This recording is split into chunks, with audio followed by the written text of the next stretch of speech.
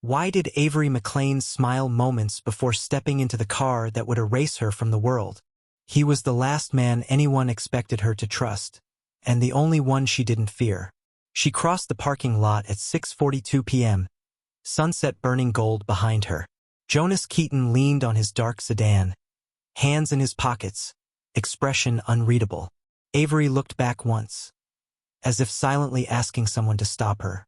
But no one did. Last seen, 6:42 p.m. By the 20-second mark, the gut punch lands. Avery told her roommate, Marissa Holt, "I'll be home by 8. She left her phone on the kitchen counter, something she never did. And the moment that car door closed, her future vanished with her.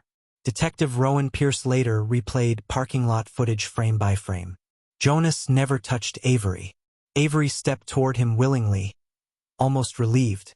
So why did her breathing hitch right before entering the car? Main suspect, Jonas Keaton. Officer Brent Lyle noted a strange detail.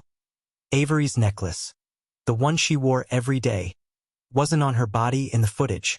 Someone had taken it off earlier, or she removed it in fear. 3 hours later, Jonas claimed he never saw her. But Caleb Drayton reported seeing a woman matching Avery's look near the old rest stop. Terrified, limping, whispering for help. Detectives arrived. No Avery.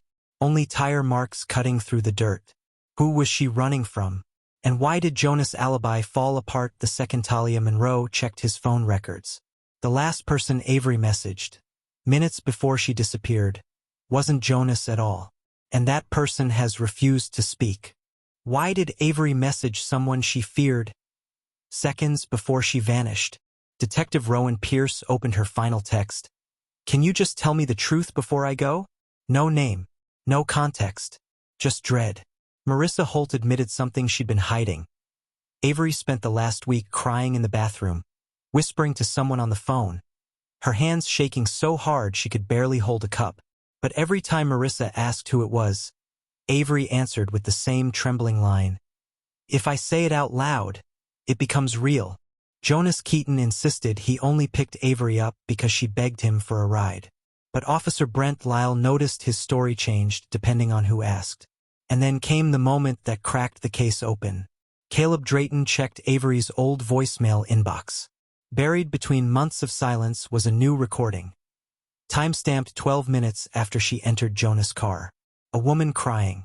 A voice whispering behind her. A single sentence. I shouldn't have walked over to him. But the chilling part? That voicemail wasn't sent from Avery's phone. It came from a number tied directly to the person she texted before she disappeared. And that person has just gone missing too. Why did the second person vanish the moment Avery's voicemail surfaced? Detective Rowan Pierce traced the number from Avery's final message. It belonged to Lara Winslow, a quiet barista Avery confided in for months. Lara hadn't shown up for work.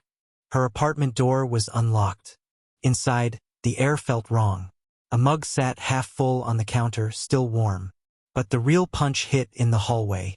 A sticky note on the mirror, Avery's handwriting. I trusted you. Don't let him find me. Marissa Holt confirmed it instantly.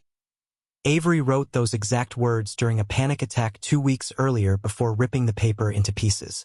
So how did a complete version of that message appear in Lara's apartment? Officer Brent Lyle found a second clue. Lara's shoes were still by the door. Her purse untouched. Her keys inside the lock. No forced entry. No struggle. Just a life paused mid-breath. 5 hours after Avery. Then Caleb Drayton discovered the detail no one could ignore. Lara's phone pinged from the same rest stop where Avery was reportedly seen limping and whispering for help. 2 disappearances. 1 location. And 1 man both women were secretly connected to. Jonas Keaton's older brother. A name no one expected to surface. Why did Avery fear a man she never publicly mentioned, but privately begged to stay away from? Detective Rowan Pierce pulled the connection everyone missed. Both Avery and Lara had contacted Reed Keaton, Jonas's older brother, weeks before the disappearances. Reed had no social media, no recent address, no digital footprint. Marissa Holt revealed the first disturbing detail. Avery once came home pale, shaking, repeating the same line. He knows where I walk. He knows when I'm alone. But she never said who he was. Now it pointed straight at Reed. Officer Brent Lyle dug deeper into Reed's history. He once worked at the old rest stop, the same place Avery was spotted terrified and limping, the same area Lara's phone last pinged before going dark. Then came the twist that raised every hair in the room. Caleb Drayton matched a fingerprint found on Lara's mirror note. The note written in Avery's handwriting. It wasn't Avery's. It wasn't Lara's. It matched Reed Keaton. So how did Reed get into Lara's apartment? And how did he get Avery's handwriting perfect enough to fool Marissa? Detective Pierce made one chilling observation. Reed knew both women's routines better than the people closest to them. And the one person who could explain why Jonas Keaton just stopped answering police calls. Why did Jonas suddenly vanish the moment Reed Keaton's fingerprints appeared? Detective Rowan Pierce called every number Jonas had. No answer. No voicemail. Only the faint echo of someone moving in the distance. Marissa Holt recalled the last message Avery sent her. If I disappear, trust no one. It wasn't paranoia. It was a warning she couldn't repeat out loud. Officer Brent Lyle checked Jonas' apartment. Everything normal on the surface, dishes in the sink, jacket on the chair. But hidden under his bed, Avery's necklace. The one she always wore. Clean. Untouched. Like someone wanted it to be found, but not her. Caleb Drayton tracked Jonas' last known GPS ping. It led straight to the abandoned warehouse on the outskirts of town. The same area Reed had once worked. The same rest stop Lara's phone had pinged. Detective Pierce realized the chilling connection. 2 women gone. 1 brother with fingerprints. 1 man silent. And 1 location linking them all. Abandoned warehouse. The bigger question. Who walked away with whom? And who would never return? What happened inside that warehouse no one was meant to see? Detective Rowan Pierce and Officer Brent Lyle entered the dim, cold space. Broken crates. Rusted machinery. Dust thick in the air. The smell of damp concrete and something sweeter, metallic, sharp, almost human. Marissa Holt had guided them here after finding a series of texts on Lara's old phone. He's here. Don't look. Just go. The timestamps showed Avery had sent them hours before disappearing. Every corner revealed signs of life abruptly stopped. A chair tipped over. A scarf draped over a crate. Footprints in the thin layer of dust. Small, hurried, then abruptly vanished. Detective Pierce found something chilling. A diary, partially burned, pages stuck together with wax. Avery's handwriting on one intact page. I trusted him. I shouldn't have. If I survive, I'll hide the truth. Officer Lyle checked the rear of the building. A hidden crawl space, barely noticeable. Inside, a flashlight flickered and then went out. They called Caleb Drayton. No answer. The realization hit hard. Avery had known Reed and Jonas weren't just threats. They were orchestrating something bigger. And Lara had been pulled in too.